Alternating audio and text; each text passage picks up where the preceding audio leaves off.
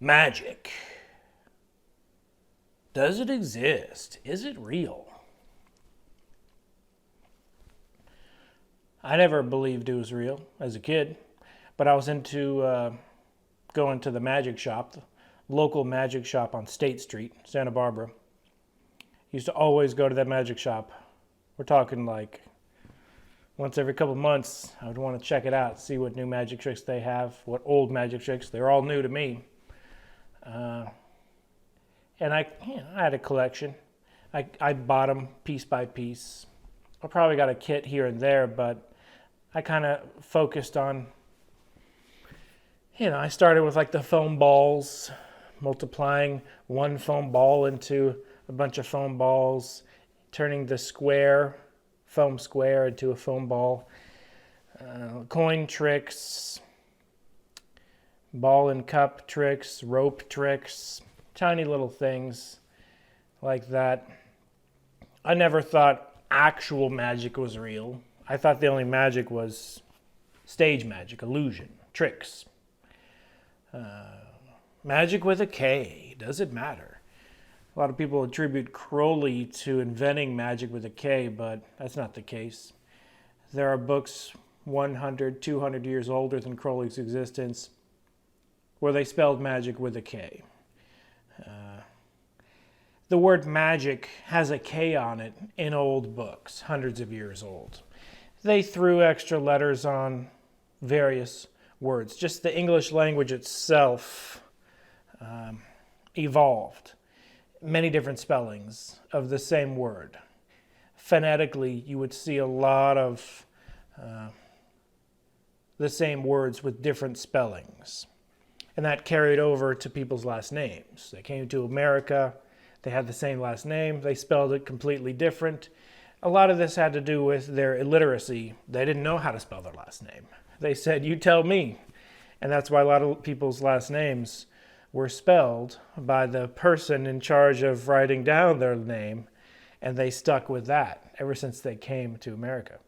They stuck with whatever the ledger was transcribed with someone that could read and write. And there's a poet, what's his name? One of my favorite poets. I have one of his books around here somewhere.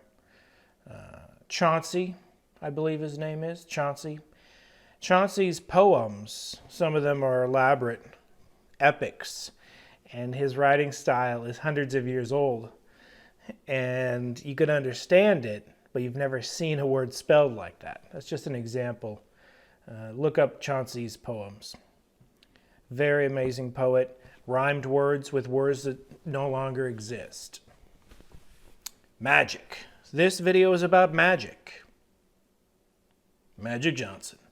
I'm a huge fan of Magic Johnson. Here's one of my Magic Johnson cards, signed by Magic Johnson himself. Let's take a look at my Magic Johnson card collection real quick. It's only 14 cards. Let's take a look. Here are my Magic Johnson cards.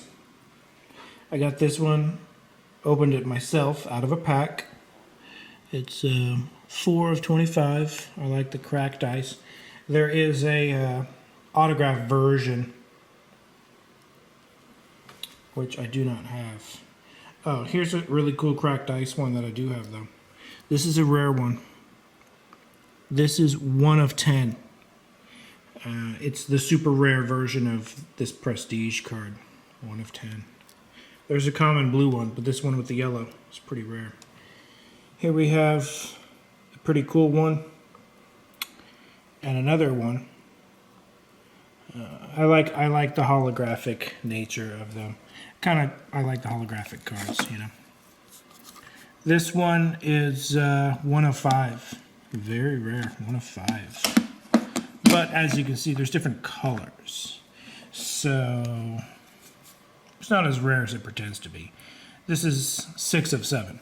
There's literally a number of colors, and but still 1 of 5, 6 of 7. Still pretty rare, pretty cool cards. This is my newest Magic Johnson card, my latest one. It doesn't have an autograph. but has a really nice patch. This patch, and I'm a fan of this style card. This is probably my rarest Magic Johnson card of all time. 2 of 10. Because of the jersey and the on-card autograph. Lux. Very rare, very hard to get. Now, what is that? Is that his socks? Is that his shorts? That definitely is not his jersey. His jersey does not look like that. His jersey looks like this. You can see by the material. The material is nice and flat. Sometimes it has holes on it. You can tell this is a jersey. That's literally a number or a letter. Which one? I don't know. But this is nice and soft and like spandexy.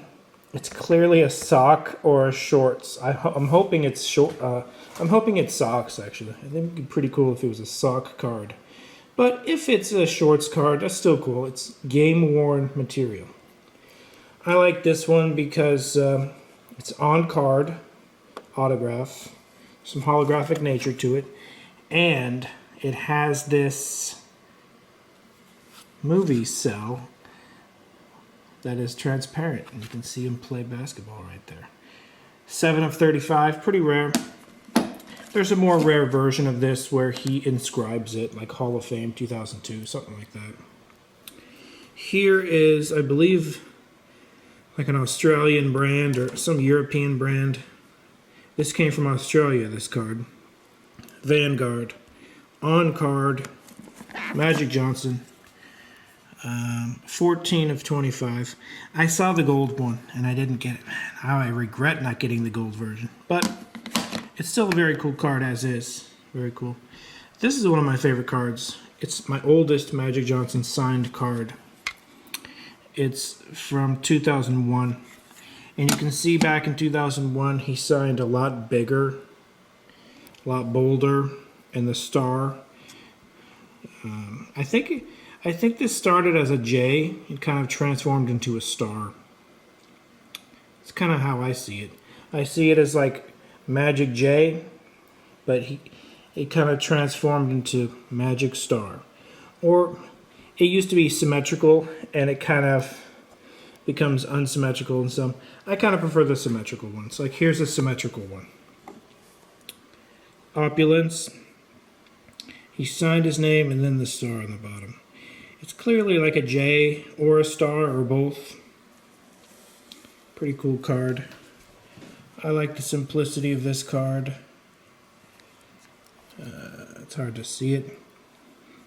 But, you know, the star is not as symmetrical, so I like this star better. But, you know, it's on card. I'm a huge Magic Johnson fan. This is one of my rarest, if not my rarest. It's really hard to say, you know. I think this is my rarest Magic Johnson card, personally. This is probably my second rarest Magic Johnson card. This is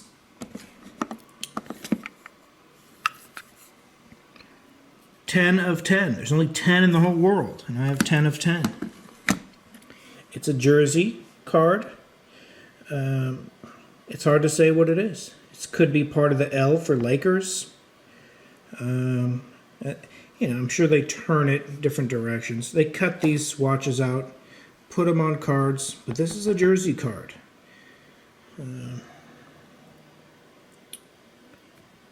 Looks a little more bluish. This one looks a little more purplish. The Lakers colors back in the day were blue and yellow, not purple and yellow. And then they kind of evolved to purple and yellow. This one is pretty rare. It says Prime. Prime means the best version of this card in existence. Here we have Clutch Factor. Nice yellow jersey swatch on card autograph, 14 to 25. Here we have another Opulence. Not as cool as this autograph, but still very cool. Any autograph by Magic Johnson on card is amazing. But as you can see, my second rarest card is not on card autograph. It's on a sticker. But the sticker doesn't take away too much from it because this is the best version of this card, and that's an amazing swatch. Which is why I got this card. The swatch was so amazing, tricolor. I had to get it, even though he didn't sign it. I still like it that much. So these are my 14 Magic Johnson cards. It's my Magic Johnson card collection. I'm going to continue to grow it and continue to collect. You know, if you like something and you don't do it for money, you just do it because you're a fan of the sport, you're a fan of the team, you're a fan of the player. That's the only reason I collect these. Like, this one's not worth much, but I open it myself. It's limited with a number on it. I wouldn't let it go for anything. This card's probably only worth 20 bucks. But I just like the card a lot. I'm a big fan of Magic Johnson. And it's part of my permanent Magic Johnson card collection. I have no intention of ever selling any of these. Huge fan of MJ32. Hall of Fame 2002. Amazing passer. The best passer of all time. Very creative passes. His play style was so amazing. He got the nickname Magic. He stuck with it. Huge fan of the Los Angeles Lakers. This is my collection. Magic Johnson. He is magic. His play style was magic. He rightfully got the name Magic. It stuck with him. People call him Magic to this day. He definitely is a magical individual. He had, and still has, a disease which is considered a death sentence, yet he survives. To this day, he has overcome and withstood a horrendous ailment which most would give up after being given such an ailment. He's overcome it. Magic Johnson is my favorite basketball player of all time. Obviously, I'm even wearing a Magic Johnson t-shirt right now. 32, the opposite of 23. Greatest of all time, the GOAT, Michael Jordan. You reverse that, 23 into a 32. MJ, not Michael Jordan, but Magic Johnson. He's always been my favorite player. One time, my teacher invited Magic Johnson to visit my school, and he never visited. We waited for a good 3 months, getting our hopes up. He didn't visit.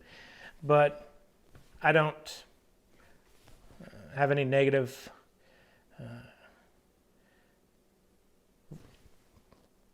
issues. I have no negativity towards that situation ever. It probably helped me focus on magic. And what a great player he was.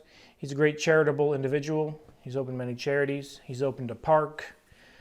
He opened many theaters in the past. Big fan of the movies. And I don't think he has his theaters anymore. Pretty sure they all transferred into different hands and the names changed. I kind of wish I went to one of his movie theaters. Some of them are still there. During this time, probably still closed, but they have different names now. They're not under his ownership anymore.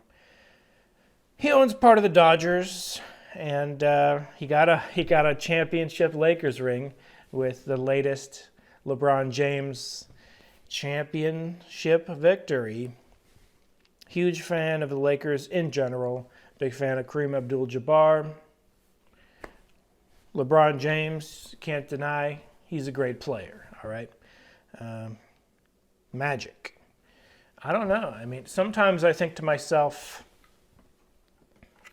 and this is probably just wishful thinking, but I think, if I have these magical objects. Here's my latest card. It literally just came in the mail today. A jersey card with a jersey of Magic Johnson. It's a very beautiful one. Is there any residual energy coming off of these game-worn jersey relics? I don't know. It's crossed my mind, but the answer is I don't know. I am a investigator, researcher, and magic is one of those subjects I've delved into a little bit here and there. Why? Because authors such as L.W. de Lawrence, even modernly E.A. Coetting, talk about spirits on a literal level of them literally existing, them replying to questions, spirits existing. And L.W. DeLawrence is going to have a different perspective as EA. You're going to have Arthur Edward Waite talk about spirits. You're going to have Richard Cavendish talk about spirits. You're going to have McGregor Mathers talk about spirits in a different context. They all have their different opinions. My latest magical text is by Dr. Skinner. It's called The Keys to the Gateway of Magic.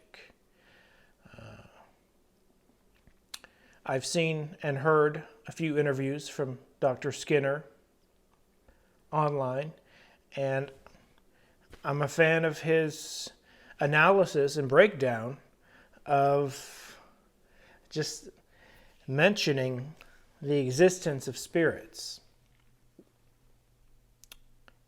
In one video, Dr. Skinner says spirits have bad eyesight. Wow, that's an interesting insight. This is a guy who works with spirits on a regular basis. He says they don't have the best eyesight. For example, he gives an example. He goes into an illustration. This is one of his interviews online. I think it's a podcast called Glitch Bottle. So check that out, Dr. Stephen Skinner, Glitch Bottle interviews. There's a number of them. It's a very cool podcast. Dr. Skinner says you could wear a paper crown, and the spirit that you invoke, I've never invoked a spirit on purpose, excepting my Corners of Rooms experiment, where I was testing whether spirits can prove on camera whether ghost investigating equipment is true or is real, if it works or not. If the phenomenon is true, if they're interacting with ghost hunting equipment is authentic, if it's real or if it's fake. That was the purpose of my Corners of Rooms experiments, which I sort of regret them. But I did it for a purpose and a reason. Very few people acknowledge them as being real or being important or being of any noteworthiness, of any effort, of any gain of information to the world. Probably because people see it as entertainment that's not very entertaining. The reason my investigation videos aren't very entertaining, because they're real and they're not for entertainment. I try to put a somewhat interesting intro on there, and I try to edit it to be concise other than the raw data uploads. And I do upload the raw data sometimes to show you, here it is. It's not entertainment.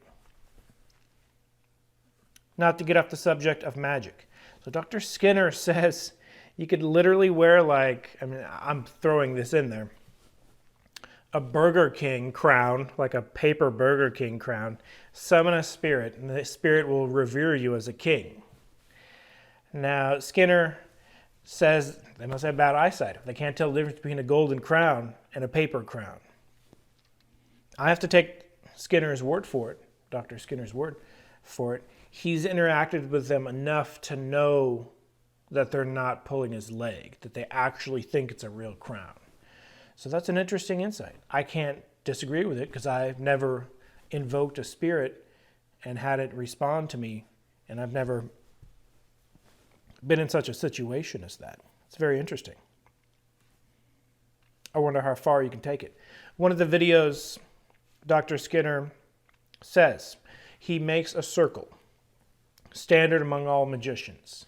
We're talking not the illusionist type, but the sorcerer type. A lot of people think it's Harry Potter make-believe. It is not. It depends what type of books you pick up. Some will be books of pure entertainment. Some will be books of pure actual occult knowledge from the ancient magi / sorcerers of Earth's history. So it really depends which book you pick up. Picking up a magic book is kind of like clicking on a YouTube video and searching for YouTube videos. There's going to be a crud load of entertainment ones with nothing but nonsense and junk and clickbait and entertainment. And there's going to be some real ones with some real information. My Corners of Rooms experiments from 2018 are real information, true information. I have all of the raw data, all of the raw video. In the first Corners of Rooms video experiment, I had at least 3 cameras running. I had a GoPro, this camera, and either I had a second GoPro, something to that effect running. That's how I got all the angles. I just had them shooting simultaneously. I have all the raw footage on this computer. I saved it all. I saved all of it. Yeah, just in case I need to look at it over, check it out. Really, I had it running for multiple reasons. If a spirit sets something off here, I wanted to get it from multiple angles. If there's an apparition, I want to get it from multiple angles. If there's an EVP, a spirit talking, I want to hear the voice from multiple microphones, which is what I tried to do in my last video, my last investigation. Concerning my last investigation, I would have to say, most definitely, my interpretation of what the EVPs are saying, what the spirits are saying, the spirit voices are what they're saying. A lot of the times they're saying, and it sounds like they're underwater, or it sounds like they're far away, or it sounds like nonsense. But it's clearly a voice. And if you can't hear the EVPs in my last videos because you didn't have headphones with max volume listening to them over and over, I could show the spikes on the actual recording, at least to show you visually, it's a spike of a voice. So it really depends on what type of headphone you're wearing, how high your volume is, and how much you're willing to listen to it to really hear the EVP. A lot of them are very muffled, hard to hear. That's standard among EVPs, standard among spirit voices. Magic. I've always suspected ever since I've found out the spirits are real, ever since I found out poltergeists are real. I'm not going to talk about my poltergeist story in this video because I've talked about it ad nauseum at great length in previous videos. Check out my previous videos, search my name, John Razimus Hughston, or just John Razimus, and poltergeist, and you will come across. Search on my channel itself, youtube.com/hoaxhunter. I used to bust hoaxes. I used to focus on time travel, not spirits in any way, shape, or form. Until spirits started contacting me. I'm understanding of those who don't believe spirits, angels, or demons exist. I was watching a video the other day. A guy said, these entities, blah, blah, blah, blah, blah. And then he says, well, they could be, I'm not saying they're real, they could be archetypes of our subconscious unconscious. In other words, the guy has no opinion of anything. He's literally a Wikipedia entry just quoting what it could be, what it could be, what it could be, what it could be, what it could be, what it could be. Stick up for yourself. Have an opinion. Don't be afraid to share your opinion. If you don't have an opinion, you're just a parrot repeating Wikipedia information forever, repeating dictionary information forever, repeating encyclopedia information forever, repeating Google results forever. It doesn't benefit humanity to repeat both sides and then in between and not take a stance on what you think it is. I'm very clear at what I think and know poltergeists to be. Conscious sentient beings. I'm a person that met possibly the devil himself. How does the devil roll? Coming from someone who possibly met the devil. When I say possibly, there's no way for me to know if it was the devil. It's theoretically possible it was. In 2010, I met a spirit being that appeared in my closet. It sat on a box in my closet. First time I ever heard that in my life. So my ears perk up, and because it's the first time I've ever heard this in my life, I blow it off like, who knows what that was, but that's unusual. What is... My closet was open. I was facing in the direction of my closet. a good 6 feet away. It sounds like a human being sits on the cardboard box in my open closet. About 2 minutes goes by, and I hear the same sound for the second time. I hear the sitting on a cardboard box in my closet the second time.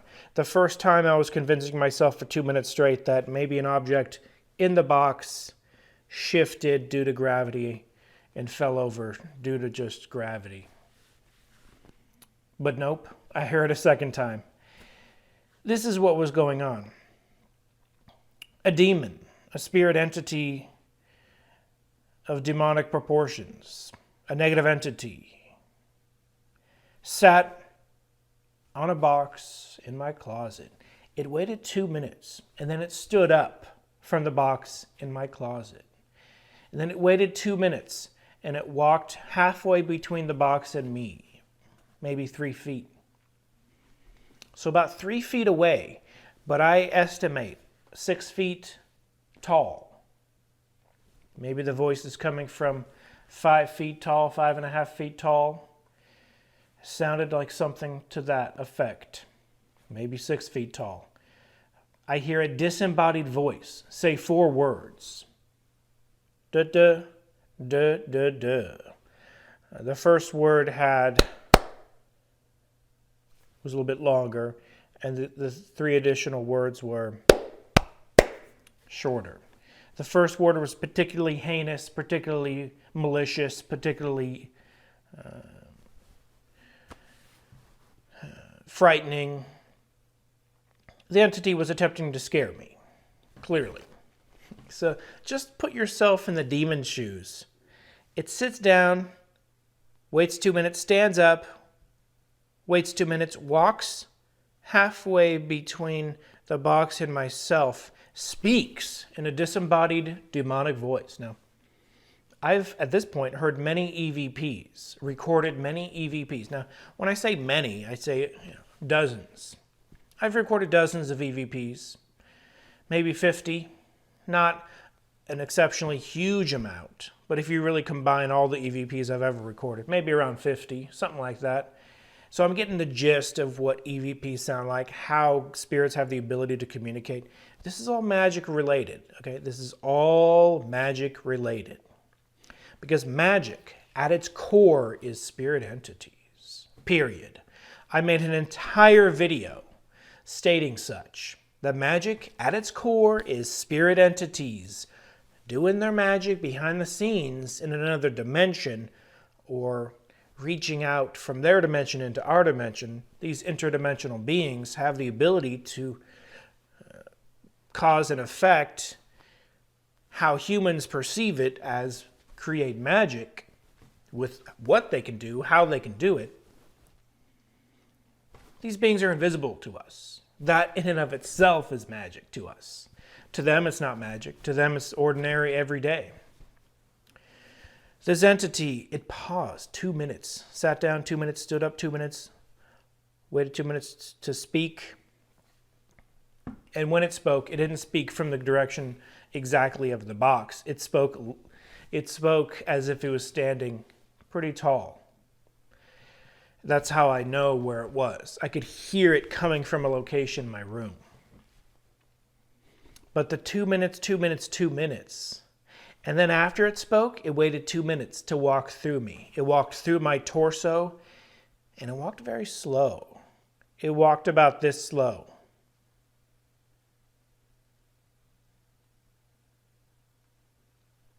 And when it hit around here, or maybe even hit around here, I spoke when I said, put yourself in the shoes of the demon. The demon's saying super scary, malicious things to me. Disembodied voice. And the reason I was talking about EVPs is because this spirit didn't sound like an EVP. It sounded like a 100-year-old man. It sounded like a human using a human mouth. So this spirit mastered and perfected the ability to disembodied speak without a body. A spirit that speaks like a human in midair to someone who's lying in bed, wide awake. I was wide awake because I was waiting for a text message. Because I got a text message from this particular individual every night for, a couple months in a row. And I was used to it. Didn't happen that night. I was waiting for a text message. Something as mundane as that. True story. And I had just talked with this. I just hung out with this person. They left, just waiting for a text message of them saying, good night, whatever, regular text, regular human interaction, blah, blah, blah. So I thought it was unusual the Spirit chose that moment. What happened was I hung out with this person until maybe 9, maybe 9:30, maybe 10 at the latest. I can't remember exactly. And then I decided to call it a night. I went to bed. And I was in bed for 30 minutes, maybe 45 minutes, an hour at the most. But I was wide awake, zero dream state. I even checked what time it was. I even, made sure my phone had a Wi-Fi signal. Made sure my phone was connected. And cell tower signal, whatever the case. I had an old-fashioned Motorola pull out the keyboard phone. I remember I just upgraded from my Razr. In previous videos, I thought it was my Razr phone because literally weeks before this incident, I did have a Razr phone. I just upgraded, not too many weeks before this incident. I upgraded to the Motorola phone where it flips out a keyboard. I still have this phone to this day. It's in a box in my attic. Why did the Spirit wait 2 minutes, and then 2 minutes, and then 2 minutes, and then 2 minutes? Because the Spirit is an expert at suspense and thriller and scaring people. For the exact same reason you see mobsters in movies. Eat something while they're considering what they're going to do with the snitch. Here's the mob boss. Okay.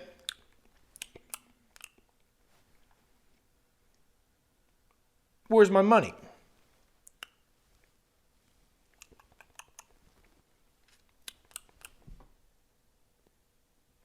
You going to get my money? Or you're not going to get my money?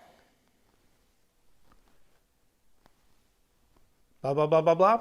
Okay, I had this better in my head, but you understand the mobster movies where the mob boss is like eating something, drinking something, taking his sweet time to scare the crud out of the snitch or the guy who doesn't have the money or the guy who messed up a job. This demon, which I've said many times is high ranking. Why was it high ranking? Because it had abilities I've never seen. Now, you got to understand, this is pretty much my first meeting of a demon ever. Excepting, I heard a knock in an empty house, in the closet, many times. I heard like 30 knocks coming from an empty house closet. I opened up the closet, no one is in there, nothing was in there. It sounded like human knocks, reminiscent of the rapping and tapping of the 1800s, early 1900s. I was not familiar with any of that and didn't know what it was. But looking back, I know it was a poltergeist demon in that house. And that house was for sale. Different story. But that would have been literally my first. But I thought it was just a haunted house. And I thought, that's why the house is up for sale. No big deal, whatever. I left, and that thing didn't follow me that I know of. Hopefully. I mean, it's possible it did, but if it did, it didn't show itself until many, many, many years later. Because I was a good 14 years old when that knocking in the closet spirit incident happened. Fast forward many, many, many, many, many years. The year 2010, February 17th, 2010, past 11 p.m., This demon sits on a box in my closet, stands up, walks toward me, uses the 2 minutes as a suspense thing. So it didn't just sit on the box in my closet and then walk through me and then leave. It was a pretty prolonged incident in the fact that I hear it, 2 minutes go by. I hear it again, 2 minutes go by. It speaks, disembodied, a couple feet away from me. 2 minutes goes by. It walks through me. And the walking through me process probably wasn't longer than 1 minute. Could have been as long as 2 minutes. Let's round it up to 2 minutes. Could have been 2 minutes, theoretically speaking. It was such a dreadful thing. 5, 6, 7, 8 minutes. This is 8 minutes of pure terror, okay? But put yourself in the shoes of the demon. It's saying menacing things. Walks through me. When it walked through me, it felt like there was great resistance. Walked very slow. Turned, premeditatedly turned, because the direction it turned was the direction of my window. And I have to assume it left out of my room through the window. Never saw that spirit ever again. Never saw it when it walked through me. It was optically invisible in a dark room past 11 p.m. I estimate it was 11:04 p.m., but now we know the 8-minute time frame. 1, 2, 3, 4, 5, 6, 7, 8. I've never really broken it down this much, but I have broken it down in my head. I have even written down in my head. For example, what did the voice sound like? I have mentioned many times it sounded like a 100-year-old man, an old man. Just think of the oldest man you've ever heard in your life. Really wispy voice, really old voice. I could describe it even clearer, but I don't want to. I'm going to keep the exact description for my book. Some things need to be journaled, and you need to read about them in other sources other than YouTube. YouTube is literally not the best place to journal, I met a demon. Sure you did. Clickbait, it's fake. No one cares. You just doing it for attention, man. I didn't want this video to even be focused on this. We're going to get back to magic, all right? But the spirit's walking through me, and I literally said to it, nice to meet you. I said, nice to meet you. And now I go like this because when it was walking through me, I literally reacted. I had a physical reaction, almost like you have seen in movies where someone's getting possessed. So I think the entity was attempting to possess me, but more specifically, how does the devil roll? Or how does someone, I've said many times, high-ranking demon or a general of the demon? How does a general, let's just say it's the general of the demon. Most definitely this was a high-ranking demon. It wasn't a low-ranking demon. Well, how do I know that? It had a disembodied voice of an old man. Perfectly audible. If I had a recorder, such as this one right here, which I've never had until I started investigating ghosts, I picked up stuff like this starting in 2018. I never had anything like this in 2010. I had an old-fashioned Motorola flip phone or keyboard flip-out phone in 2010. And I didn't have it recording at the time. And even if I did, phones record horribly because of the technology involving the ringtones. They purposely record bad because they want to keep the good ringtone qualities, so you're forced to buy them. But that's a different story. I never had a recorder recording, but if I did, the recorder would have picked up the voice of this entity. That's how loud it was. But he was quiet enough where someone in the next room over wouldn't have heard it. My door was closed. I think my door was even locked. After the incident, And yes, he walks through me. I say, nice to meet you. And I said something else. I've never said what the other thing is.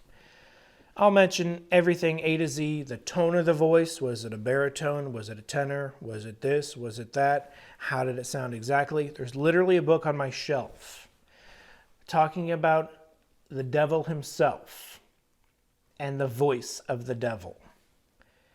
And the description in that book exactly matches what I heard, which gave me chills because it told me that's a true story. I don't know if the devil from the story was the same demon I heard, or if the demon I heard was imitating the voice of the devil. Either way, it exactly matches the description in one of these books, which is interesting. I will reference, show you the page number, and have a quotes of the story in my book. My book obviously doesn't exist yet. I'm investing in cryptocurrency and have for years now, starting in, I don't know, when did I start? 2019? I started really getting into crypto. As early as 2011, I considered buying Bitcoin in 2011. And I tried to get a wallet. Do you know how hard it was to get a wallet back in, we're talking a digital crypto Bitcoin wallet back in 2011? It was so complicated. I Google searched it. Google didn't really know what a wallet was. It didn't know anything. There was like maybe 1 or 2 or 3 websites talking about Bitcoin wallets. I didn't know what it was. I researched it for a good hour, trying to figure out how do I set up a Bitcoin wallet to even buy it from one of these nerds selling it for, $1 a piece, $10 a piece, whatever it was. It was really cheap back then.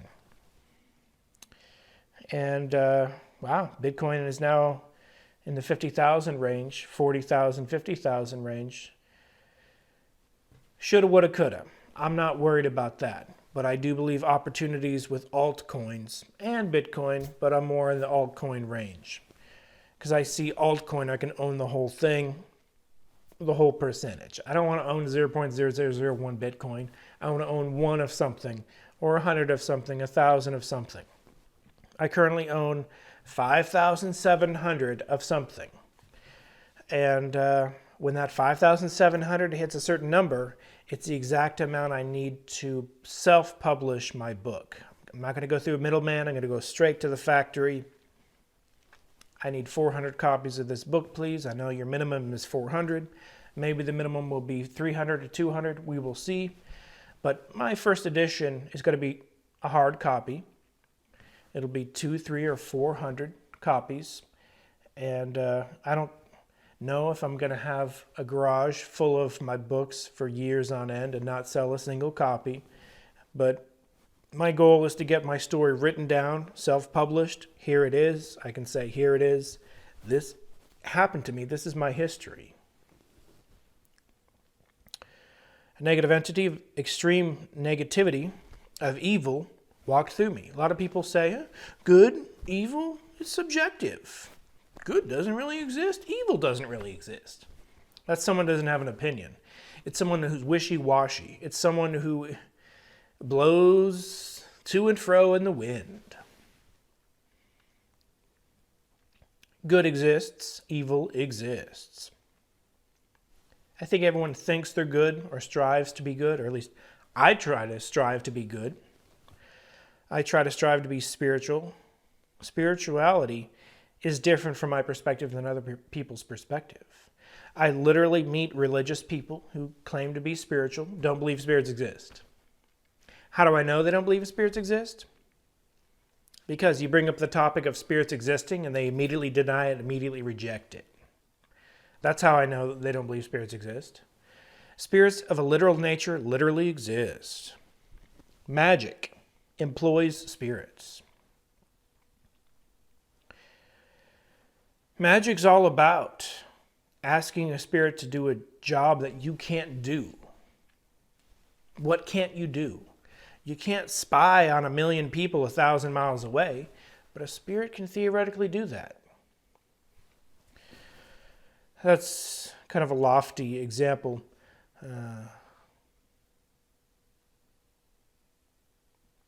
in stage illusion, stage magic, prestidigitation.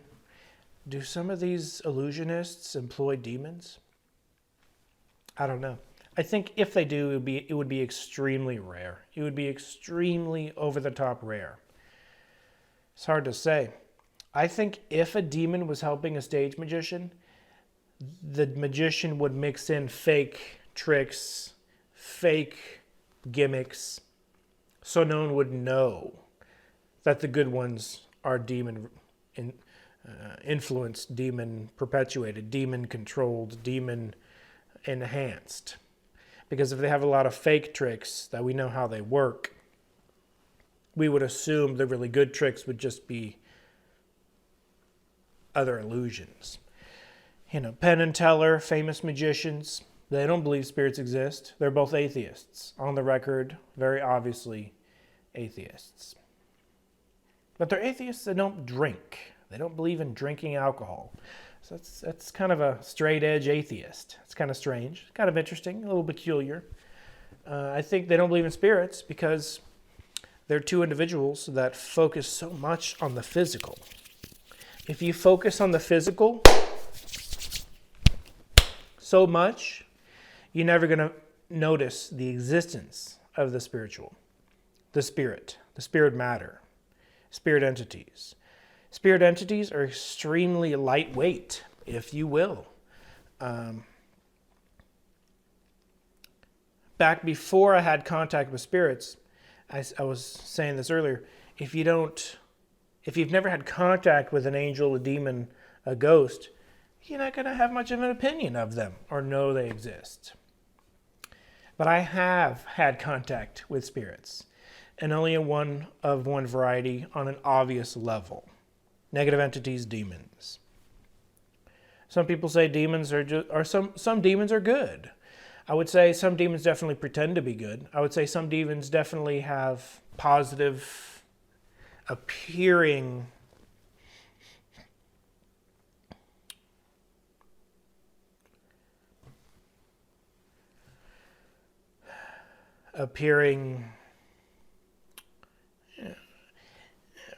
reactions, but you can't know much about an invisible entity that gives you minimal feedback. In 2011, I was poltergeist harassed. Roger Morneau, he said he was poltergeist harassed as well. And he said he gave permission to the poltergeist to speak. He said he was reading a Bible and the spirit knocked it out of his hand. Picked up a lamp, moved a picture off the wall, and he gave the entity permission to speak. That's something I never did in 2011. I was poltergeist harassed as a target, as a host, for 6 months in 2011. And I, at some points, meditated. And I didn't put my fingers like this. I used this as an example. I literally just kicked back and I ignored their existence. 5, 10 to 20 objects a day, a night. And I consider small things like this. I consider that an object moved. I would hear stuff like that and see it with my eyeballs 5, 10 to 20 times a day, a night. I saw cups, boxes, DVDs, a cup full of pencils, knocked over, kicked over, punched over. I heard sitting sounds on every object, every surface in the room. I heard footsteps on a plastic bag, saw footsteps on a green sheet on my floor, saw the green sheet pulled off my wall on two times in a row within minutes.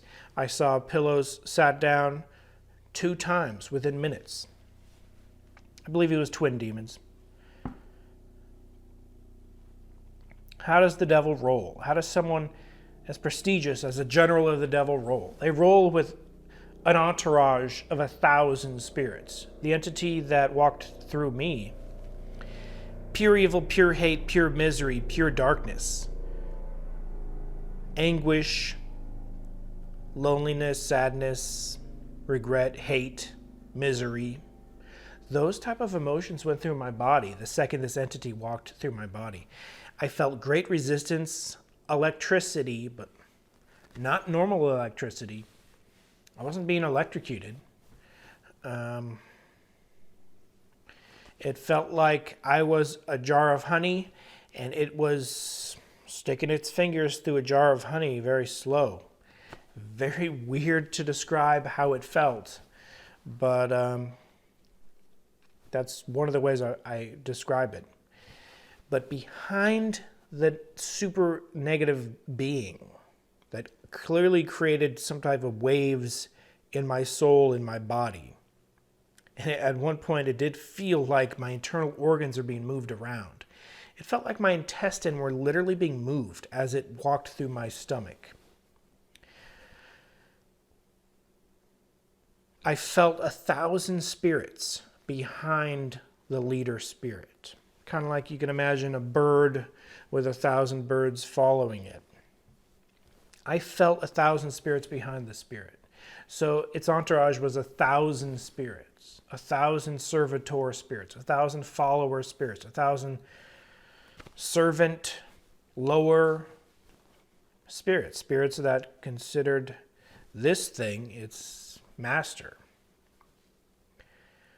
And that's why I am open to the possibility of it being the devil. But I'm open to it being a general of the devil. I don't know how high rank. It said 4 words to me. I said, "Nice to meet you." And then I said a couple other words. And I think I caught it off guard because it's trying to freak the crap out of me, okay? It's trying to scare me, all right? And my first words were, "Nice to meet you, nice to meet you." And that's as it's walking through me. I'm like, "Nice to meet you, nice to meet you." And it's like, "Nice to meet you." I don't hear that too often. I don't know.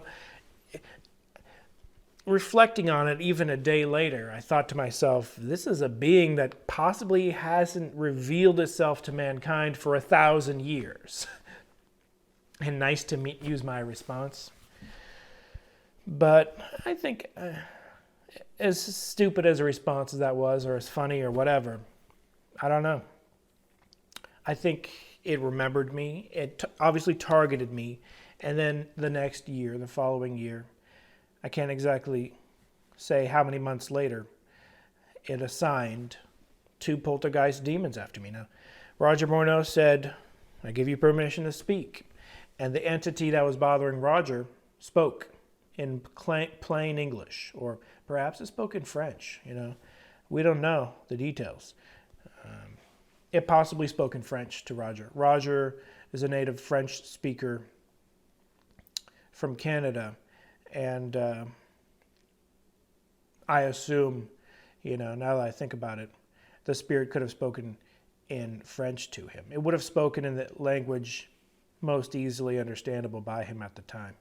He clearly learned English and knew English, but he had a heavy accent, so you could tell French was his first language.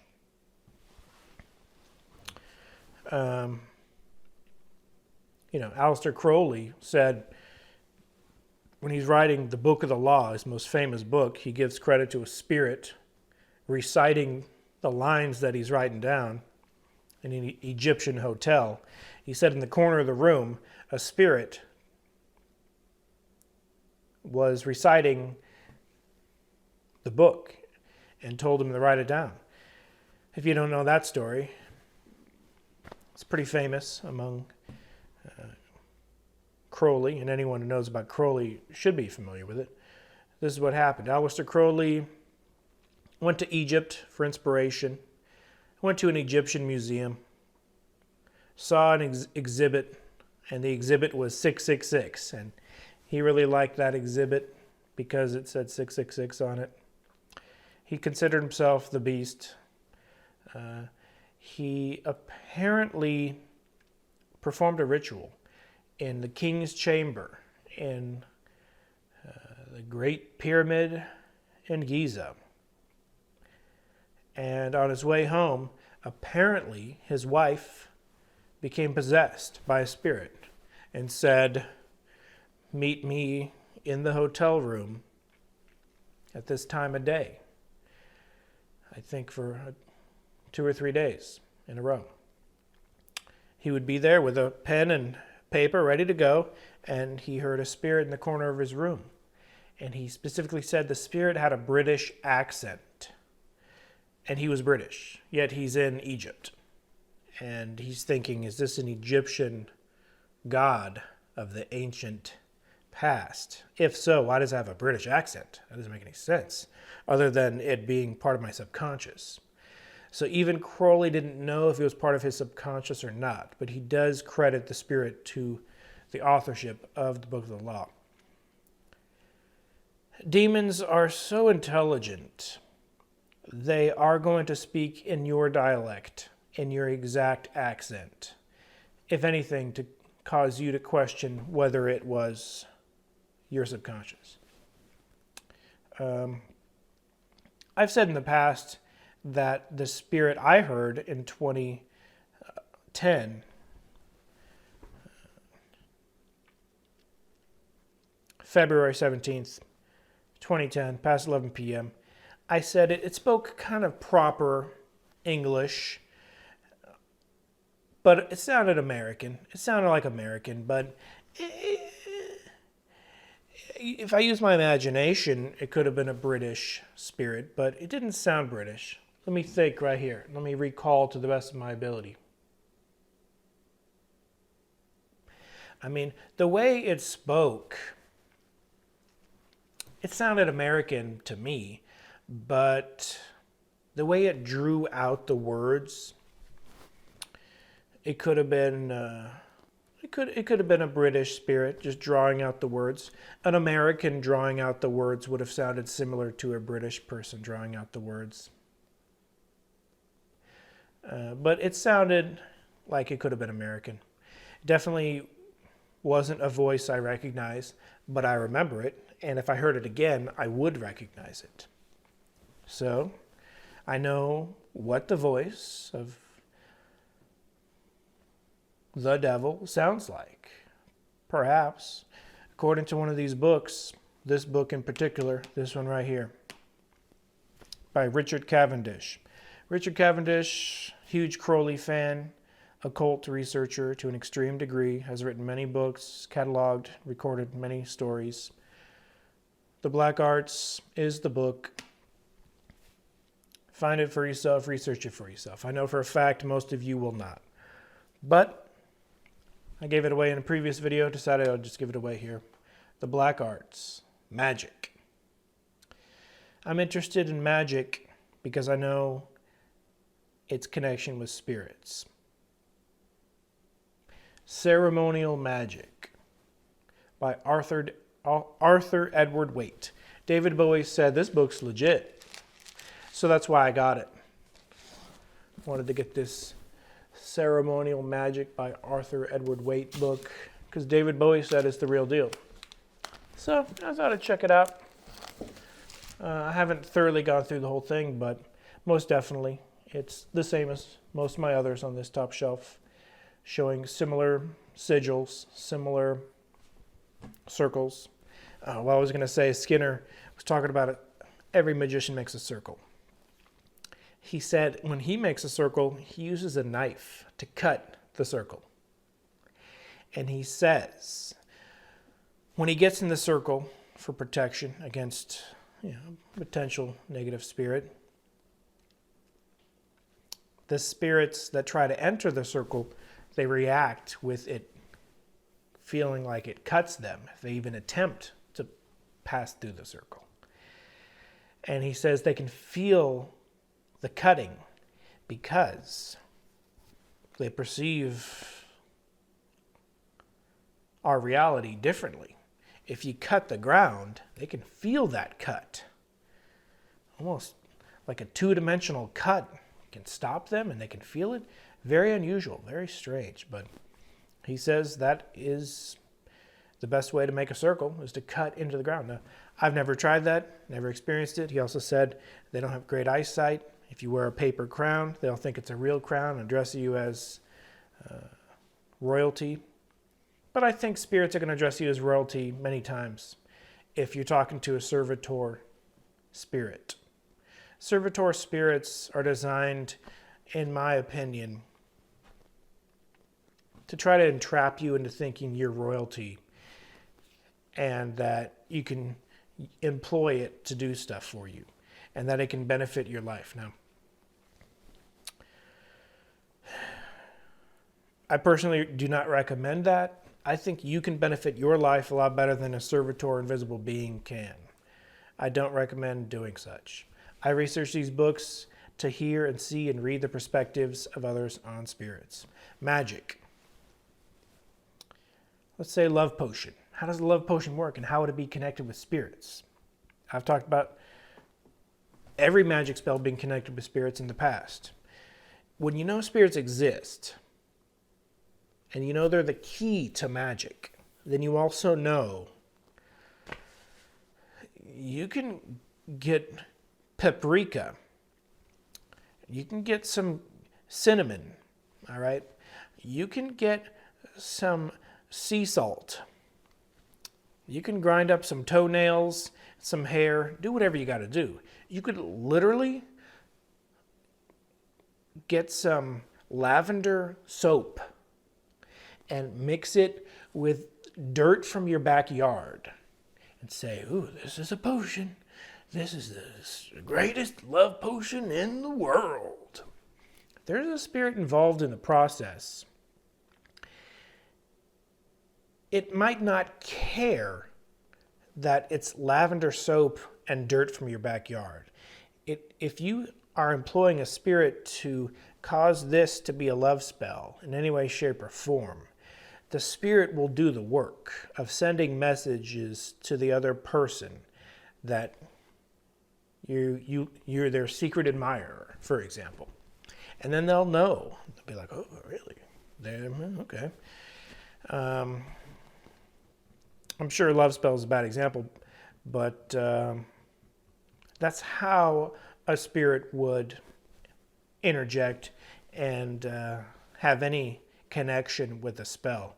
Is the spirit would send a message to the person, would spy on the person. The spirit would even talk to the person's familiar spirit. Every human being has a familiar spirit. A familiar spirit, we have a negative familiar spirit, we have a positive guardian angel. And the negative familiar spirit, in some cultures consider our spirit double.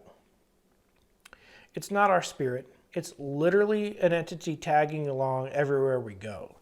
I think the purpose is to be a lawyer at the end times, where we can say, nah, that's not how it went down. We'll literally have a lawyer on the positive spectrum and a lawyer on the negative spectrum, and they were there with us from A to Z. So it'll kind of be hard to get out of situations. You can't really lie at such an end times trial. I believe an end times trial will exist and will happen. And I think people that steal time and time again, steal, lie, cheat, and steal over and over and over, and they think they can get away with that. I'm not saying the consequences are going to be hellfire for eternity, all right? But there are going to be some consequences, and they're going to have to face those consequences, and they're going to have to face the truth, the blunt truth, because there's literally a being here and a being here watching you the entire time. It's probably a higher being here, a higher being there watching you the entire time. And if you lie, it's not going to work. They can see right straight through to your soul. And even if these beings didn't record everything A to Z, your internal spirit itself recorded everything A to Z, which these higher entities will have full access to. It could be a scary thought. It could be a scary thought if you really go into it to any extreme detail. But I don't talk about such and believe such. out of any fear-mongering or hellfire abyss consequences. On the contrary, I think it's somewhat comforting to know, and it explains a lot. When you know you have a familiar spirit with you at all times, it's the reason, and it can be proven with ghost hunting equipment. It's the reason this, that, here, and there, and the other. Sometimes you have to read between the lines. A lot of people are going to disbelieve and say, that's not. It is how the universe works. When you're, like me, a host and attacked by 2 poltergeist demons for 6 months in a row, unless you're denser, unless you're extremely dumb, which I do believe must happen occasionally, someone really dumb and supernatural things happen to them and they misinterpret what's going on.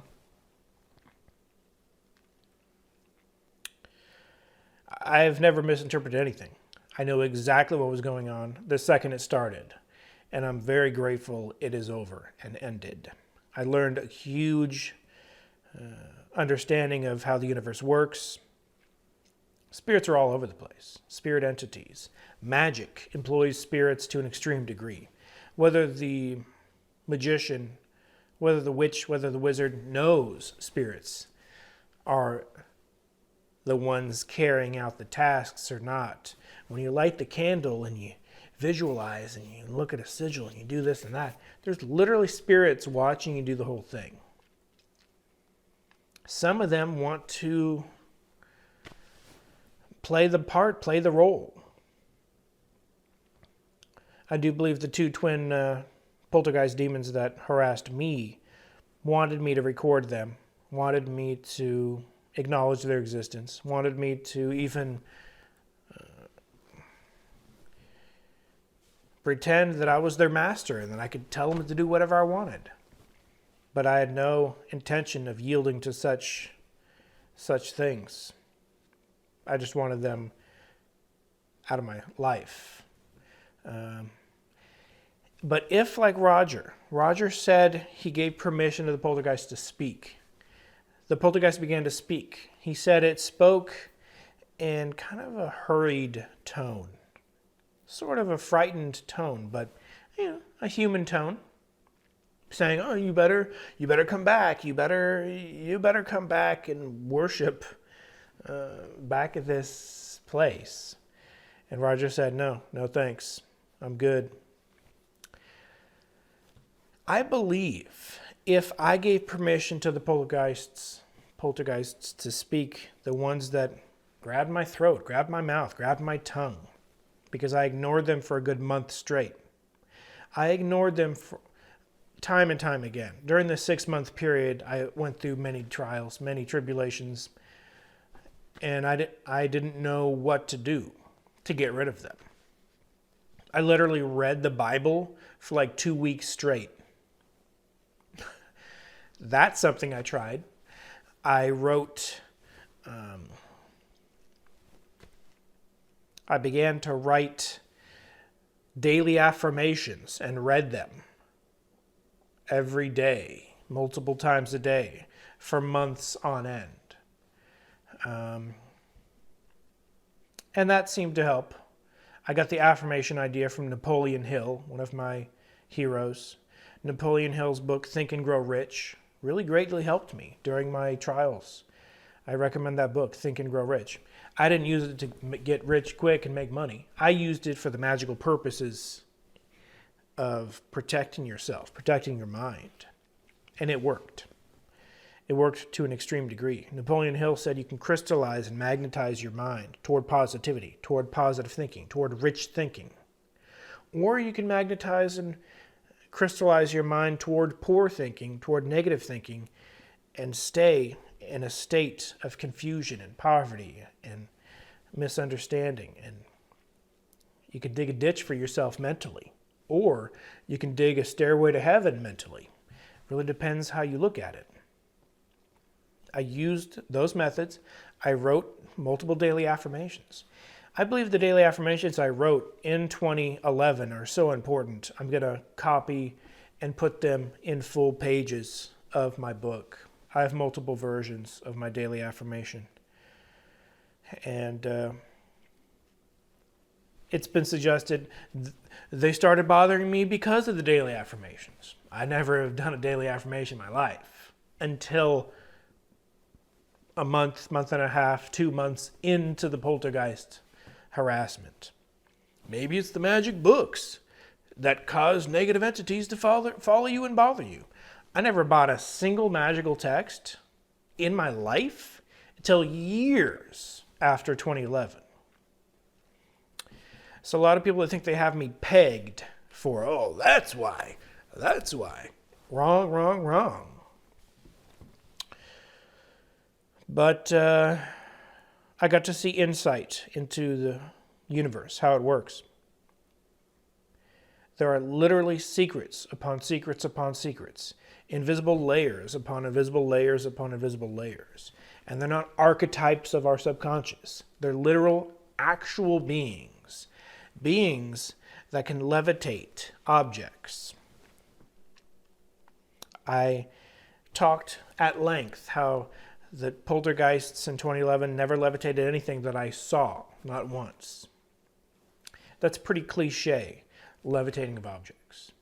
Stacking things, stacking chairs, stacking toys, stacking this, stacking that. I never saw stacking once ever. So the poltergeists that bothered me never stacked ever. And they never levitated ever, except for possibly I heard something picked up and dropped while I was trying to sleep. But technically I didn't see it, and he was inside of another object, which gave me some information that they can see inside of objects, pick up objects and drop objects inside of objects, which I recorded and considered interesting information.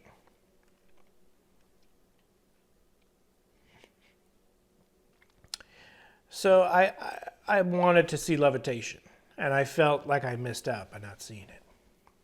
Because I read books on poltergeist incidents, nonfiction books of actual cases and studies of the phenomena. From the Entity case to Roger Morneau's case, I have a huge stack of poltergeist books I've read and picked up and haven't read yet. But I picked all these up years after 2011, after the incidents. And I started up again, really researching to an extreme degree, buying ghost hunting equipment in 2018. 11, 12, 13, 14, 15, 16, 17, 18. So I waited 7 years before I wanted to really ghost hunt and ghost investigate, because I was 0% interested. I even have a memory of hearing about EVPs for the first time on Art Bell, Coast to Coast AM with Art Bell. Art Bell had Ed and Lorraine Warren regularly, or at least, fairly regularly. I remember hearing apparently every single interview live of Ed and Lorraine Warren on Art Bell. I didn't know it was every single interview they ever did. I assumed they were on the show all the time. So I literally heard a good 2, 3, 4 interviews of Ed and Lorraine Warren playing EVPs for Art Bell and for the millions of audience listeners. And I heard some pretty crazy ones. Ed Warren said the scariest thing. Art Bell asked him, what's the most frightening thing you've ever heard, EVP wise or just on investigations? Ed Warren said, I heard a lady scream at me very loudly a couple feet away from my face, and she was invisible, and it wasn't an EVP. I could hear it audibly, and it scared me. It scared the crap out of me. Those weren't his exact words, obviously, but it scared him, and understandably. He said he heard like a witch-type lady yelling at him a couple feet away. So the higher-ranking demons do have the ability to have a disembodied voice that is audible, that isn't...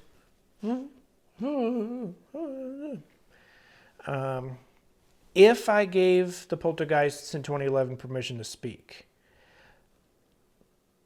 I got to learn their personalities to an extreme degree. They were my roommates for 6 months, okay?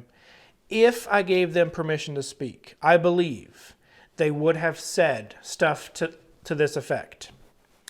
Kill, destroy, kill, destroy, kill, destroy. Some type of demon like Beavis and Butthead characters. Kill, destroy, mayhem, chaos. Kill, destroy, mayhem, chaos. They weren't of the greatest intelligence. I could tell that by the way they reacted to me.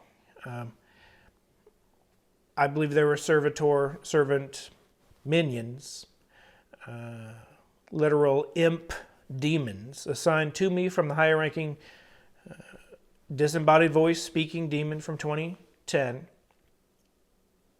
They didn't seem very smart. I've likened them to a dog wagging its tail. I've likened them to monkeys, small monkeys, like jumping around, playing around. I've likened them to just short entities wreaking chaos, causing havoc. And you do occasionally hear ghost investigations. I hear it more than occasionally. It's fairly common. You hear demons on these EVPs of different ghost hunting shows where they say malicious, evil, devil, demon, hell. And they do have somewhat of a single-minded, narrow-minded, small-minded, just pure hatred and evil, but they don't know how to eloquently talk about their evil. Like, kind of like kids, little kids that only know a few words. But nevertheless, they were frightening. But Roger Morneau, I bring him up because I think he's someone who actually experienced poltergeist activity. One of the reasons I believe him is because he said he went through this organization. He left it. His pastor asked him if he's all right. He said, yeah, I'm all right. He said, I'm experiencing poltergeist activity in my apartment. But other than that, things are good. And the priest was like, what? What? It doesn't sound like you're good to me. And so Roger said, it's amazing how your mind can adjust to the impossible. If you've experienced it enough, when you experience it enough, your mind adjusts. And it's no longer impossible. It's no longer supernatural. It's no longer paranormal. It's normal. It's everyday life. And that's exactly what happened to me. Literally 2 weeks of nonstop demonic poltergeist activity in my room. 2 weeks into it. And I was used to it. I would literally watch a movie and they'd sit down and watch the movie with me. I would hear them physically sit on the surfaces to the right of my bed as I played video games and watched movies. I could hear them. And that's one of the things that really ticked them off, is I watched 15 minutes of a horror movie called From Beyond. First time I ever saw the movie in my life. It's about a mad scientist who has a device that can make the unseen seen. And these guys find it. They turn it on, they don't know what it is. They immediately see fish, like ghostly fish flying in the sky. And they're like, whoa, what is that? That's amazing. This technology is amazing. You see that cool fish fly? And as they're talking about this fish, the fish notices them and then starts biting the guy. He's like, oh, turn it off, turn it off. And I believe that's where I turned off the movie. Right after they turn on this device and turn off the device. And the fish creature disappears, but the bite marks remain. And I believe, to an extreme degree, I know, the poltergeists in my room greatly wanted to watch the rest of this movie. But I turned it off because I had to work the next day, and I felt it was getting a little bit late. I did finish the movie later, but I didn't finish it that year. I literally waited a couple years to watch the rest of that movie, because I thought if I watched that movie, I might be inviting something negative. But I didn't invite anything negative. A couple years down the road, I did watch that movie, A to Z, From Beyond. I've only seen it once. Well, I saw the first 15 minutes twice, but I saw the whole movie once a couple years later. No negative entities bothered me. I was in a different state, a different room. Everything was fine. Everything was cool. After the 6-month period, pretty good for the most part. But residually, here and there, I'll notice telltale key signs of a spirit entering my room, especially when they walk with footsteps, which is very rare, actually, in my case. I've heard footsteps in my room. The only reason I can recite this and remember this and talk about this, because I made a video a couple days ago. I didn't like it, so I'm shooting this for the second time. But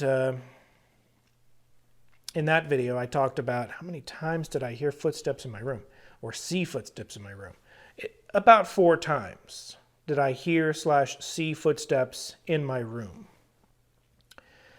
Sir Arthur Conan Doyle, the famous author of Sherlock Holmes, was a great spiritualist, spiritist, believer in spirits, and he went to seances. It was his religion to go to seances and summon the dead and talk to them. He said he had extreme confirmation these spirits are real and legit. Houdini asked him, "Why do you believe in this stuff? This is nonsense. It's hearsay. It's trickery." And Arthur Conan Doyle said to Houdini, "It's real."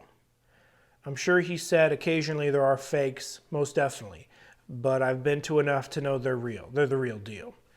And I have a book which has an author which makes the same conclusion around the time frame of Arthur Conan Doyle. It's a different author on spiritism, because that's what it was called back in the 1800s, early 1900s. It was called spiritism. It's a word that's dead, like no one uses it anymore. But spiritism was specifically going to seances and believing in it religiously.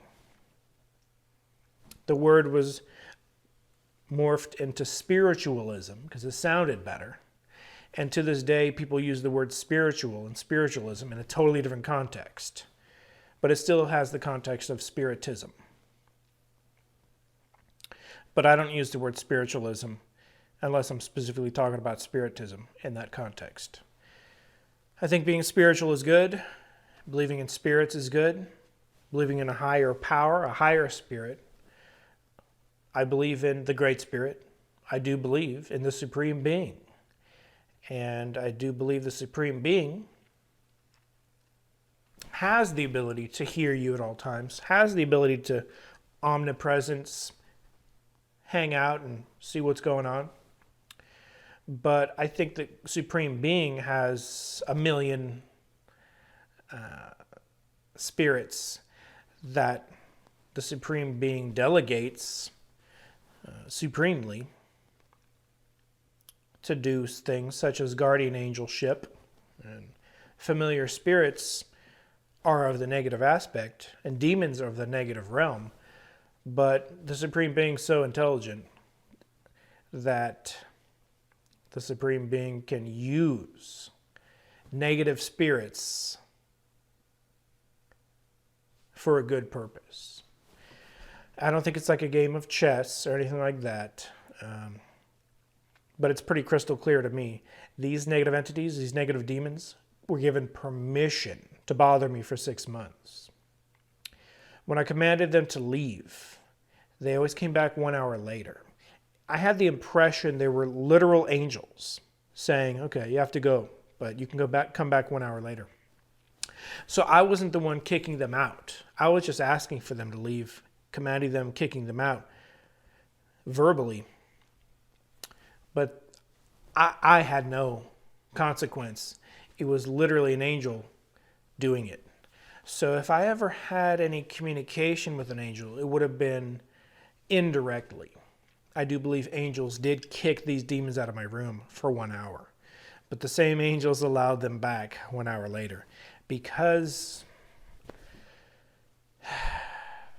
for whatever spiritual reason, I was under the test, which was approved of by the higher-ups.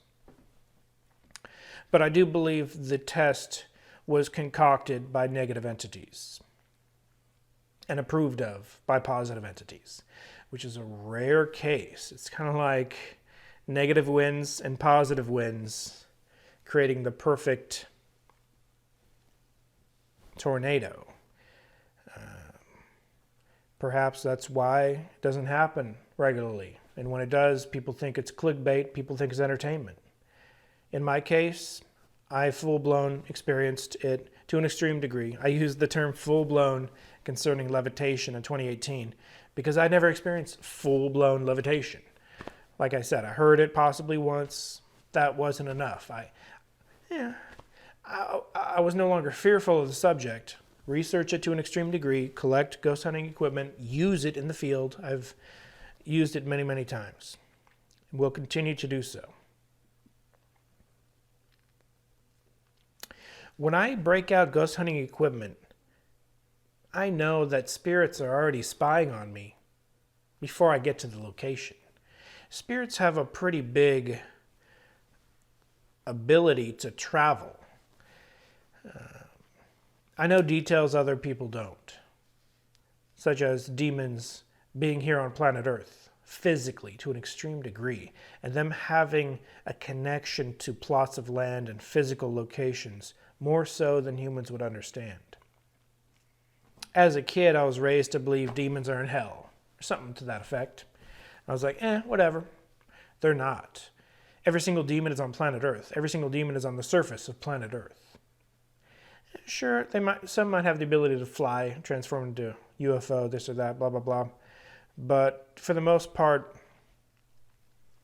they don't fly. For the most part, they're hanging out in abandoned buildings or on the top of mountains and hilltops.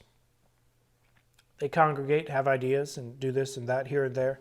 I can't pretend to know everything about them, but I do know they hang out physically in physical locations. And if you can find one of those locations, you can predictably capture poltergeist activity. Where there are a lot of demons, there is a lot of poltergeist activity. In 2018, I experienced poltergeist activity. I remember it was 2 days before Friday the 13th, so it must have been Wednesday the 11th, of which month I can't remember offhand, but I was doing the Corners of Rooms experiments. I wanted to start doing live streams. I believe it was my first Corners of Rooms live stream. I had no success. I continued the live stream for a great number of hours because 2 days prior I saw levitation with my own eyes, full-blown levitation. That's why I continued the live stream for like 3 hours, 4 hours, because I was convinced something has to happen. I just saw levitation 2 days ago. Something has to happen. These demons are smart enough to do levitation in front of your face when you least expect it, and then when you have the cameras rolling, do nothing. The demon was trying to make me look like a fool, and perhaps it succeeded. But I know of a surety, of a fact, I did see full-blown levitation. What did it look like? On this very desk right here. I built it myself, which is one of the reasons I still have it. People say residual energy, blah, blah, blah. If so, this desk has residual energy of a poltergeist having levitated an object right on top of it. I had a pile of wires next to a mixing board. Probably on the table lower to it, I had a keyboard. I had a couple Korg sound effects things. I was hooking them up. I was watching YouTube videos on how to hook up a bunch of mixers and sound effects machines so I can make some cool electronic music for this very channel. That's all I was doing. Try to make some cool intro music. I tried my best, Whether people think it's good or not, it's neither here nor there to the story. I was that week trying to make some decent electronic music. I was watching a show on Netflix. I had my headphones on because this laptop, you can't hear anything because the speakers are down here. So when the laptop's on your lap, you literally can't hear anything without the speakers, or specifically without headphones plugged in. So I had headphones plugged in, watching a show on Netflix. That's why this laptop was on sale, because the speakers are underneath your freaking lap and you can't hear anything. It's just a bad placement of the speakers. Watching a Netflix show, can't remember which one. Took my headphones off because I'm ready to take a bathroom break and then come back and continue to binge watch some Netflix show. I did write down what show it was, but I can't remember at this moment. Doesn't matter which one. A poltergeist had already picked up a handful of my wires. I had a good 20 wires on my desk, maybe 10 wires, something to that effect. And then I had a huge pile of mini wires on my floor. Out of any object in my room, I conclude now that it is one of the most complex things it could have picked up, because it picked up many objects. It picked up a good 10 wires in one handful. Now, the last time I saw these wires, I entered the room, exited the room, entered the room, exited the room, entered the room, exited the room, entered the room, and the wires were about this tall, like the height of, maybe an inch of wires, because they're so piled and so scattered. Maybe an inch high of wires. A couple pancake stacks of wires, all right? Pretty flat, but not totally flat, because there's a good number of them. Got these wires online really cheap, 99 cents each. I had small to large jacks on the bottom of them. And so last time I saw these wires, it's about an inch high on my desk, just piled up. I take my headphones off. I hear a noise of someone in my room touching my stuff. Just someone in my room. I hear immediately someone in my room touching something. I look over and I see my pile of wires this high. Probably about this high from where they were. Held by an invisible hand. I can't see the hand, but I could see the grip of the wires bound up in the hand. And I see this for a good few seconds. I literally see, my mind doesn't register levitation. Oh, it's just levitation, no big deal. Because the first time you see levitation, you don't know what you're seeing. Your brain doesn't acknowledge it as levitation because your brain has never seen levitation. So you don't know what you're seeing. So the first thought in my mind was, I don't remember leaving my wires in a pile like that. That was the first thought in my mind. I don't remember leaving my wires in a pile like that. There was literally tons of air and holes through these hanging wires. So the second thought was, that's impossible. My wires can't possibly be in that position. That pile is not possible. What is going on? And then I see the poltergeist let go of the wires as I'm fully watching it for multiple seconds. And the pile falls as gravity takes effect and falls back into that pile of about an inch high. And the metal jacks on the bottom of each wire dangle for a good number of seconds. And as they're dangling, they didn't hit this side of the desk, they hit the other side of the desk. The actual levitation itself took place around this region of the desk. And so I know of a surety there's a poltergeist in my room. The first time I've ever seen levitation in my life, but I knew it was a poltergeist. I kind of inspect the room a little bit. I hear subtle sounds, just subtle. And then I see an impression of a foot on, I don't see the foot itself. I don't see the impression of the foot itself. I just see my wires go down a little bit. The pile of wires on my floor. So I know that that's where the poltergeist is standing. Not only is it picking up my wires, but it's stepping on my wires on the floor. I don't know what its obsession with my wires is to this day. I don't understand. But I did draw a schematic of my wires at work, maybe a week prior to this incident. A really detailed schematic of my wires and how I'm going to connect them up to each keyboard and each drum machine and mixer, and how it's going to be all hooked up all at once. And I turn them all on, and I can record them all simultaneously and create a song. And with the ease of a button, be able to create an amazing electronic song. That's the purpose of this schematic. I watched multiple YouTube videos, and so I'm thinking, was the spirit spying on me a week prior when I'm drawing this wire schematic, thinking it has something to do with spirit investigation? Because it has nothing to do with spirit investigation. I'm just trying to make some music.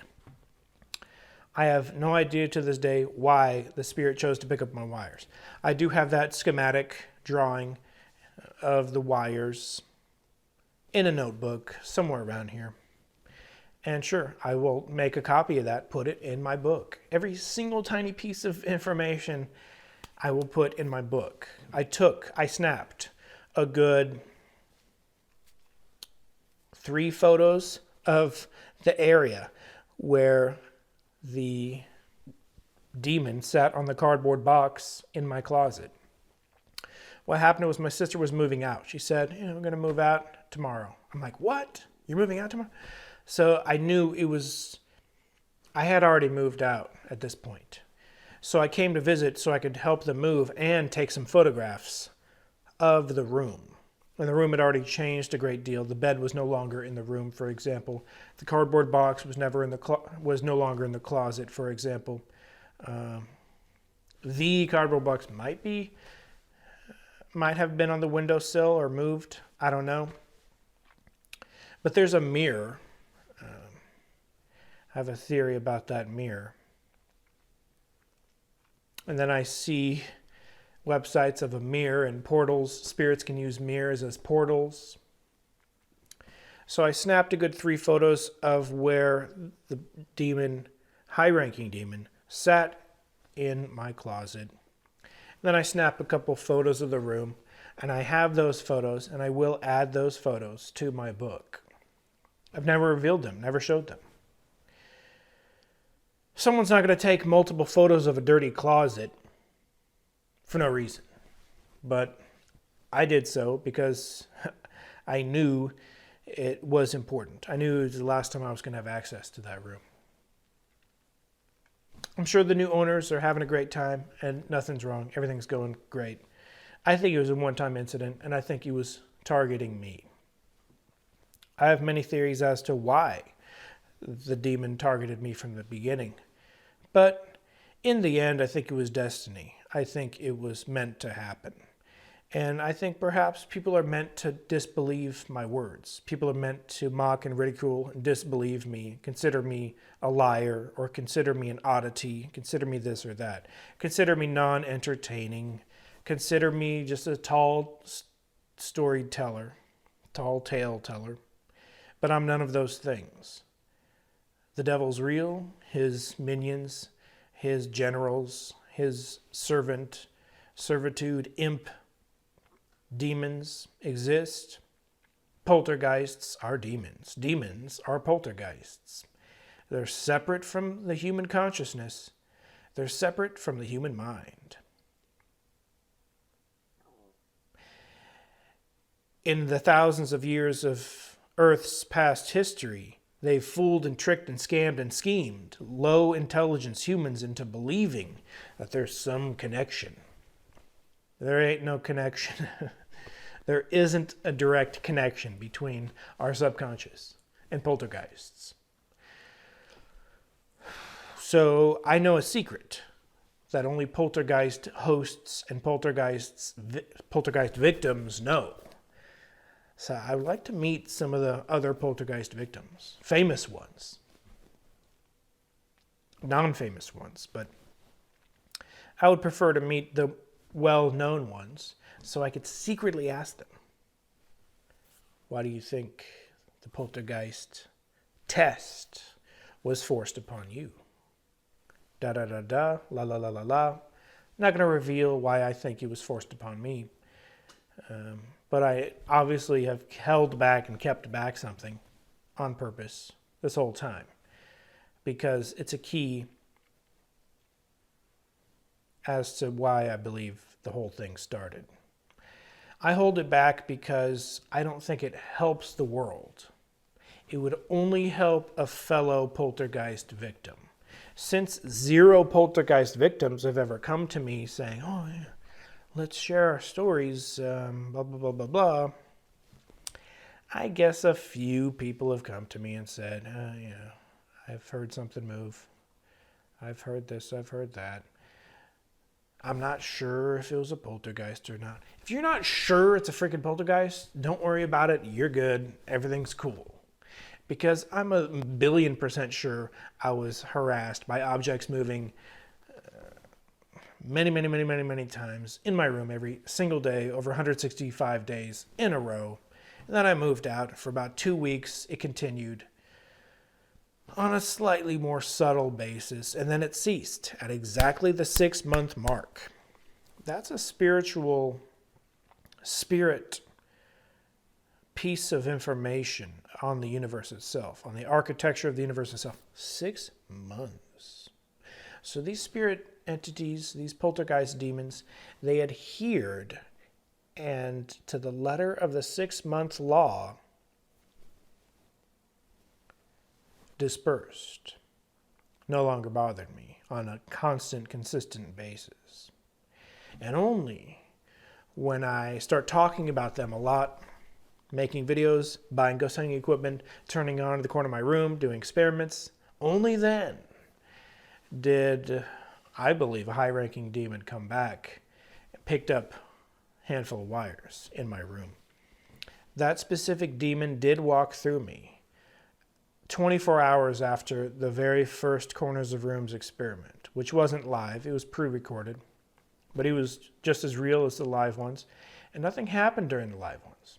I expected something to happen, nothing happened. Made me look like an idiot. But during the non-live ones, more stuff happened on camera. And I believe I had to pay a price for even the REM pod going off in the corner of my room. I had to pay a price. 24 hours later, just as I was about to get to bed, I literally put the covers over me. I literally lay over. And a negative spirit walked through my body. And the negative spirit wasn't of the same severe resonance. It wasn't of the same strength and hatred of the 2010 demon from my closet. No, it was not. I even rank them on numbers, how high, how low. Since I've only experienced this and that here and there, although I've mentioned many times, I've felt thousands of spirits walk through my body. Thousands. Most are extremely weak and extremely wimpy, and they feel like a rush of air to an extent, a rush of electricity to an extent. I have the ability and gift of feeling when a spirit walks through me. Not all spirits know this. Probably most spirits do not know this. And so they don't know that I have this ability. They don't know I can even sense and judge them from the previous spirit that walked through me. But I can. And the one in 2018 is not the same entity as 2010.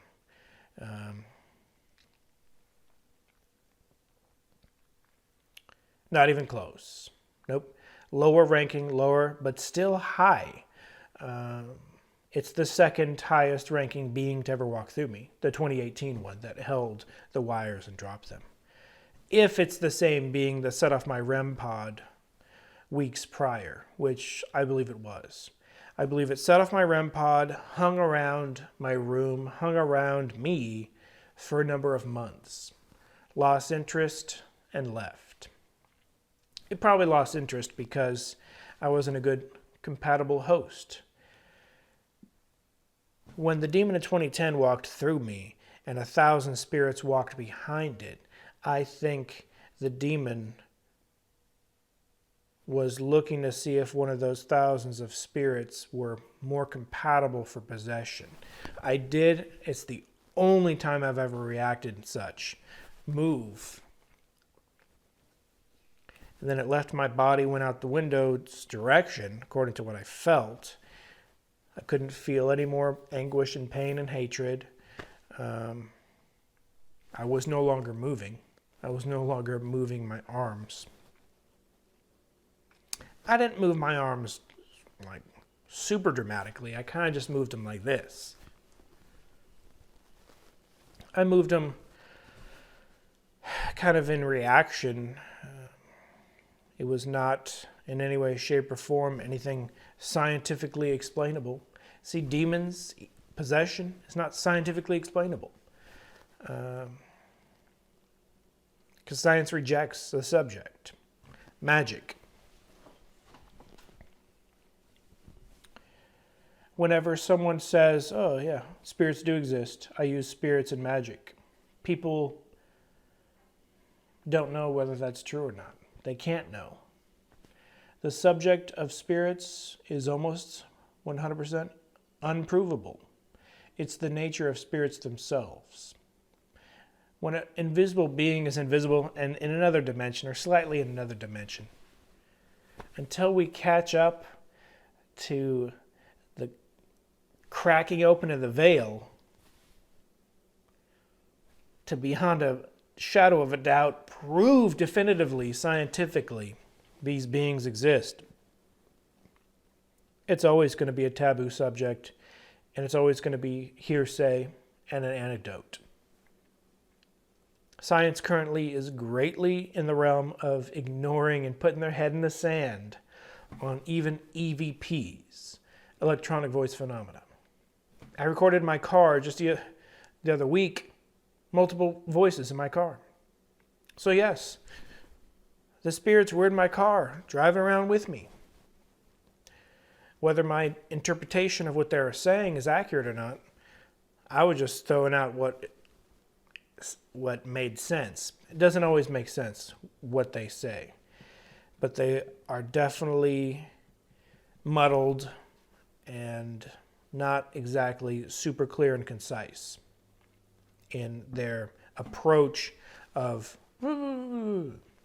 what does mean?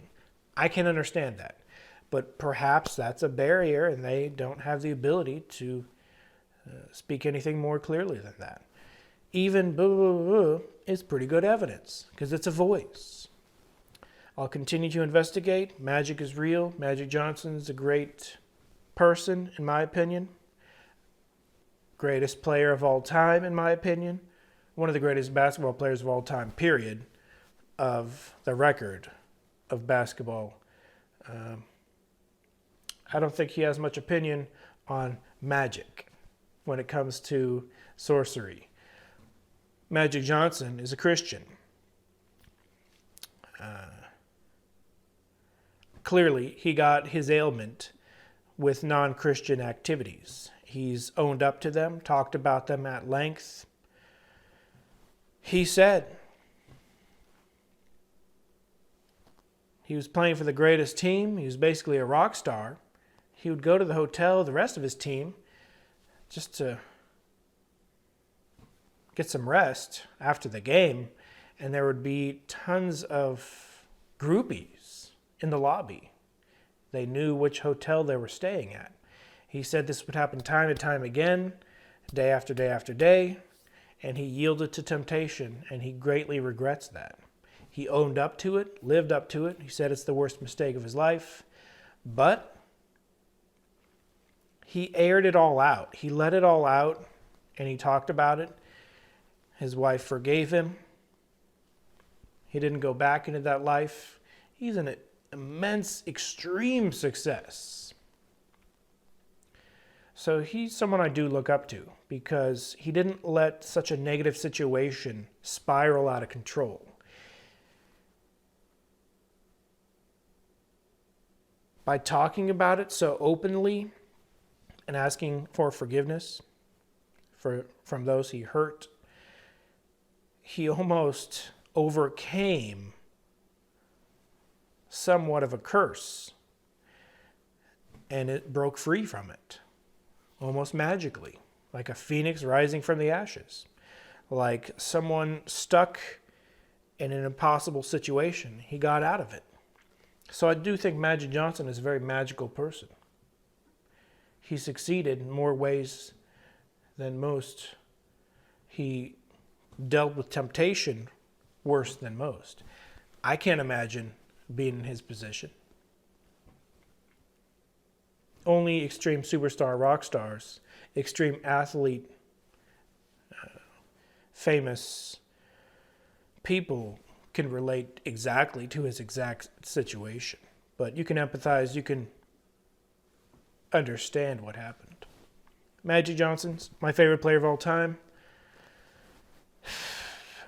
Hope I can meet him one day. We will see what happens. Magic is real, spirits are real, poltergeists are demons, demons are poltergeists. Levitation from poltergeist conscious sentient beings does exist. It's a real phenomenon. It's a real thing. I witnessed it with my own 2 eyes. I'm going to hike up to a mountain one day.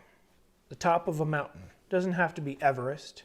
Just a regular sized mountain. I'm going to hike up to that mountain and I'm going to have ghost hunting equipment, a crud load of it, and I'm going to capture evidence of spirits on top of a mountain. But I won't be able to prove whether they were there before I got there. They could have followed me. But you can prove the unseen exists. That which cannot be heard can be heard. These beings are real. They can be proven to exist. Science rejects the evidence. So it's a never-ending cycle of attempting to get better evidence. You get better evidence, it's never good enough. I wouldn't mind bringing the most diehard skeptic in the world to experience it firsthand for themselves. Play back the EVP live so they know it's not edited. Short of having extreme skeptics with you and extreme scientists with you, you can't prove it. And you can only prove it to them for a short period of time. Arthur Conan Doyle proved to his friend Houdini that some seances have real spirits that are actually interacting with the group. And he got Houdini to believe for but a few weeks. Conan Doyle said about 1 month later, Houdini disbelieved again. But the best evidence Arthur Conan Doyle got that these are real spirits interacting is the medium asked Arthur Conan Doyle, what do you want to see? What do you want to communicate with? Who do you want to communicate with? Who do you want to see? And Arthur Conan Doyle said, my mother. I want to see my mother. And he said, a spirit appeared. And everyone in the room could see her. And it was his young mother that even he didn't have a photograph of. A photograph of her didn't exist. He said it was his young mother. He recognized her. He said it would literally be impossible for this medium to fake that.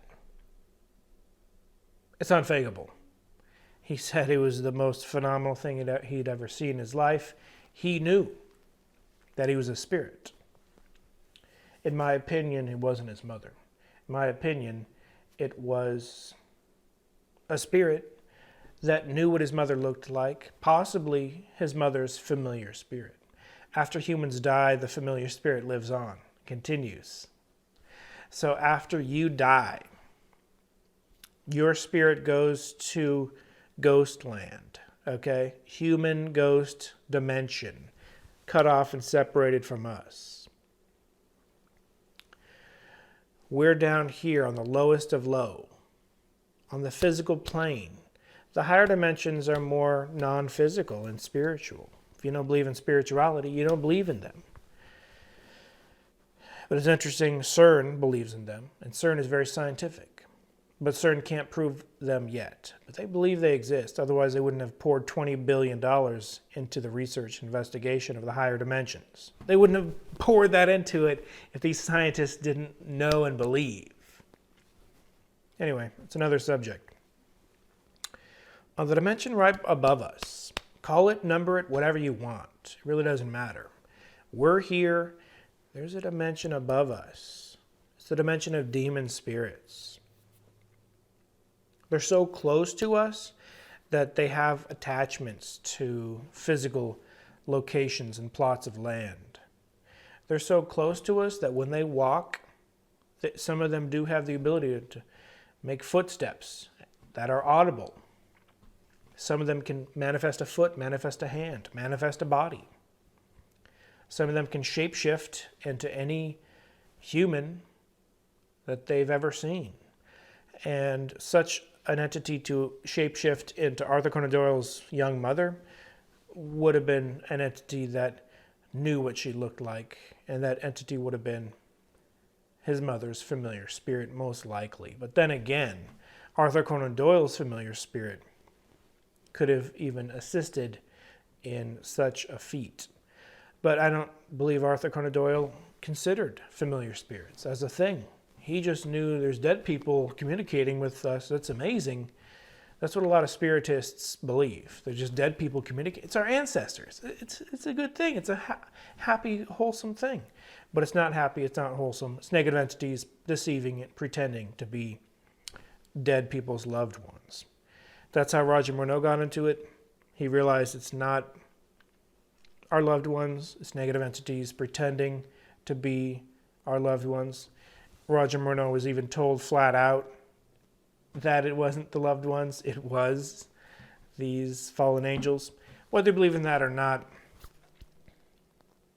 that's more the realm I believe. But I don't believe exactly that religion. I don't believe exactly this religion. You have to find your own way and weed out the truth from the false. I believe everyone has an internal compass of truth. You're going to have to follow that internal compass of truth. Your conscious, your subconscious, your conscience. Everyone has one. Follow your conscience. Follow your internal compass.